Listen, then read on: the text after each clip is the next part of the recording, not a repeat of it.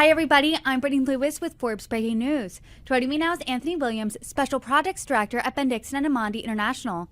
Anthony, thank you so much for joining me. Thank you for having me. You have a new poll out discussing the nature of the 2024 presidential race after the debate between President Biden and former President Donald Trump. This comes after what many have called Biden's performance disastrous, devastating, and there are increased calls for him to step down. What did the poll find when it comes to the horse race between Biden and Trump? Well, I think it's important to first contextualize the viewpoint that the survey was trying to come at this from. The debate largely, it's better to go forward with President Biden's experience, or perhaps better to go forward with some other younger, fresher face.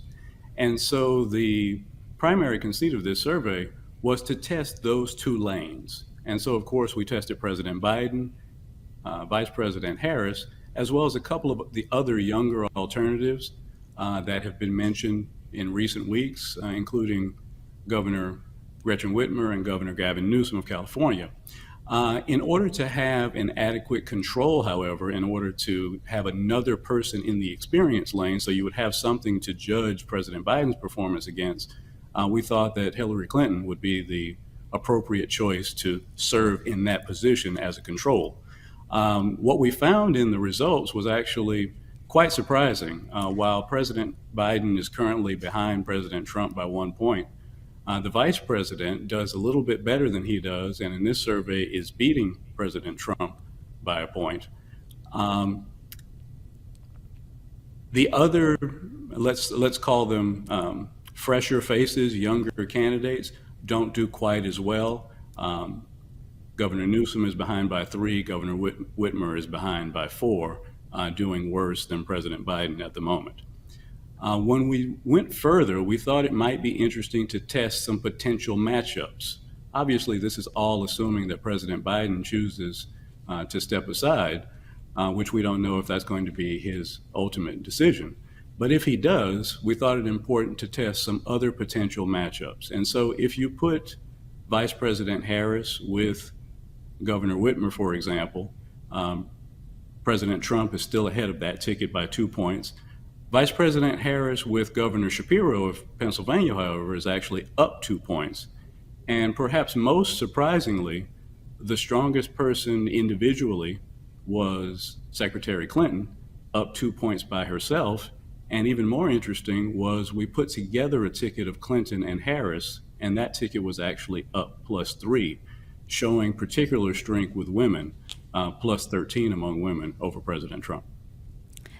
It's interesting because voters don't seem necessarily enthusiastic about a 2020 rematch, but you're proposing a 2016 rematch between Secretary Hillary Clinton and former President Donald Trump. Are you surprised by her strong performance in this poll?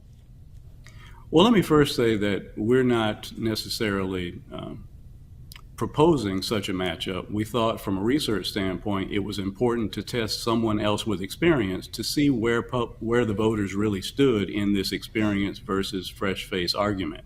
And that was the reason for her inclusion in the poll.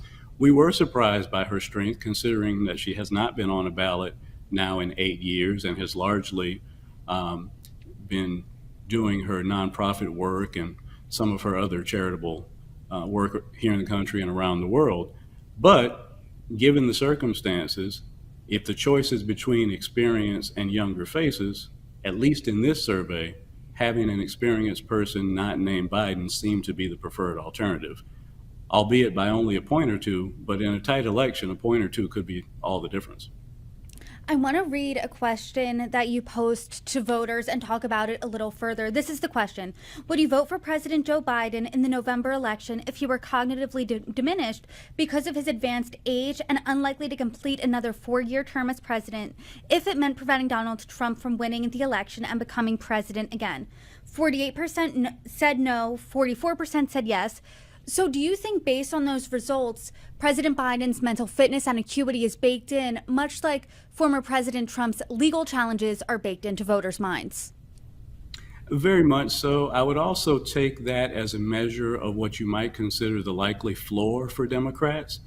Um, that's a number of people, in the way that the question was posed, that is the number of people who would vote for Biden despite his diminished capacity, if that were their estimation, just to stop President Trump from re-entering the White House. So you could assume that that is probably the base vote for any likely Democrat by the time we get to November. One of Democrats' major talking points is President Biden is the best chance to beat Trump because Donald Trump is a threat to democracy and he can't be in the White House. Do voters feel Donald Trump is a threat to democracy? Well, it was interesting. We posed that question because we thought it only fair, since we were asking pretty hard questions about President Biden, to ask an equally hard question about President Trump.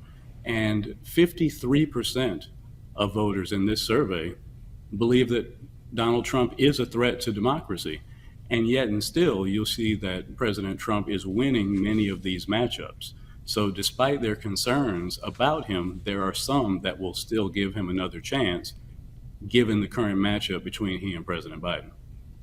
The poll shows that Biden won't beat Trump, but Vice President Harris will. Do you think that this survey shows that voters are willing to replace President Biden, and that's Democrats' best plan to win the White House in 2024? Well, I think there's a couple of things that you have to consider. Touching again on the democracy question for a moment,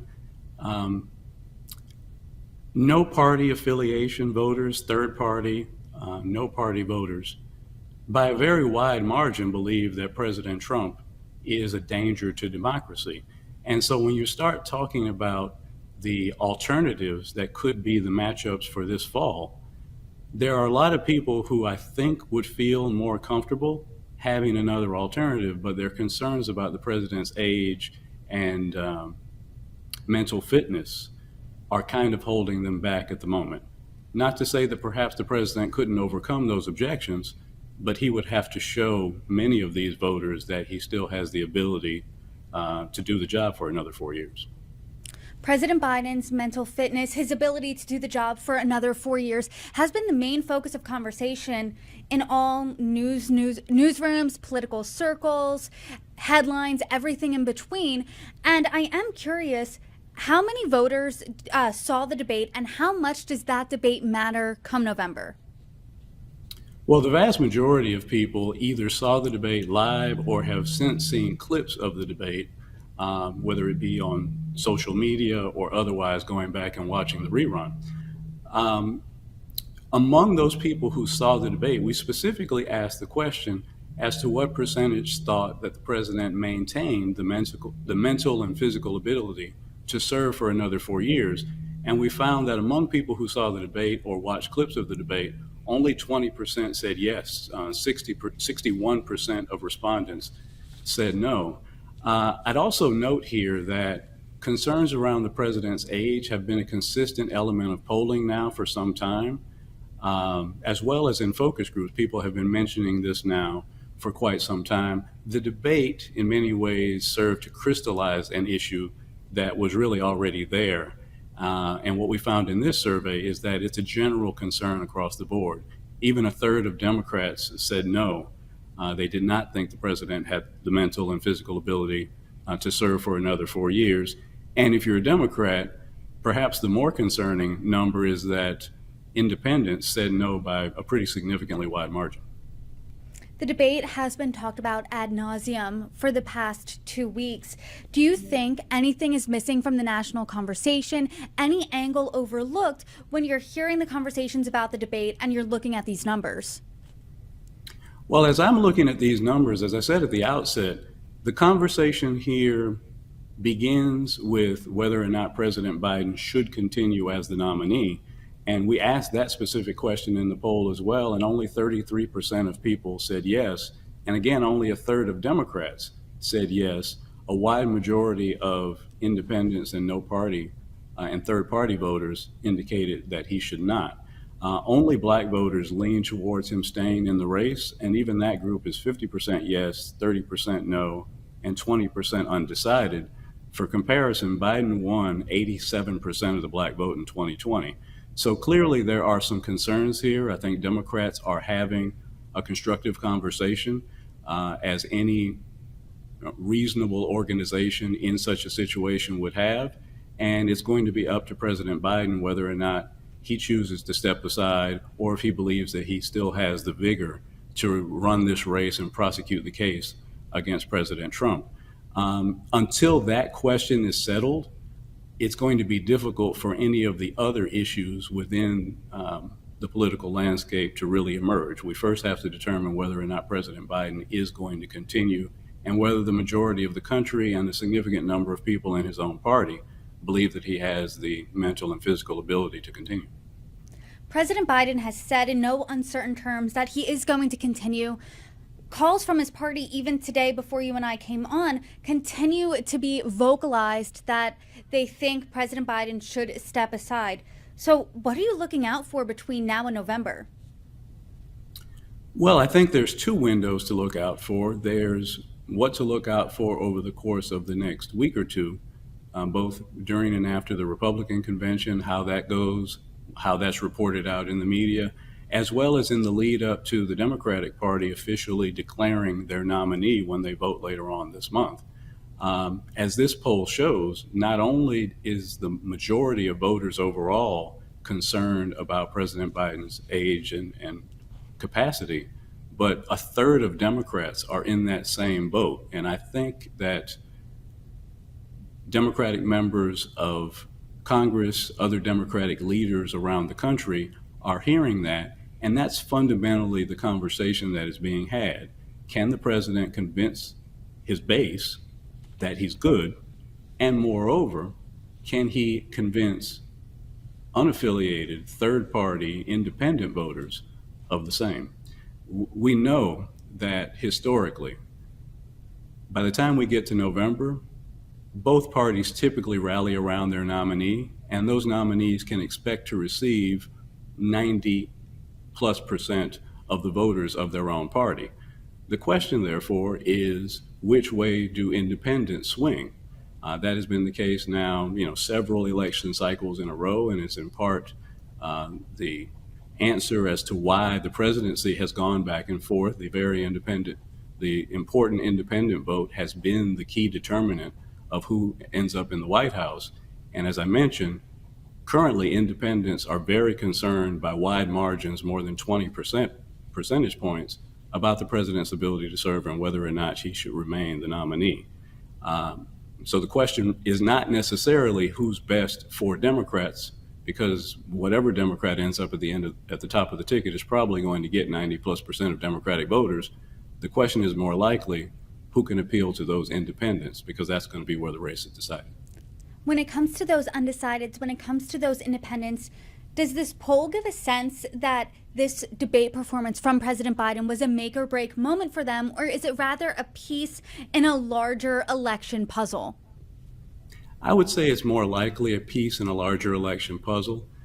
Independent voters in our previous research have kind of gone back and forth, at times leaning towards the Democratic position, at times leaning towards the Republican position, but consistently voicing their concerns about the nominees of both parties. I think what we're experiencing right now in the aftermath of the debate is the focus on the potential weaknesses and liabilities of President Biden are currently more in focus and much more part of the national conversation. If and when that conversation is settled, either with President Biden continuing on as the nominee or stepping aside for an alternative, then the question may swing back to President Trump and the equally concerning issues that independents have with him. Anthony, I appreciate you coming on today, breaking down this poll, and I hope we can continue the conversation as we inch closer to November. Thanks for joining me. My pleasure. Thank you so much.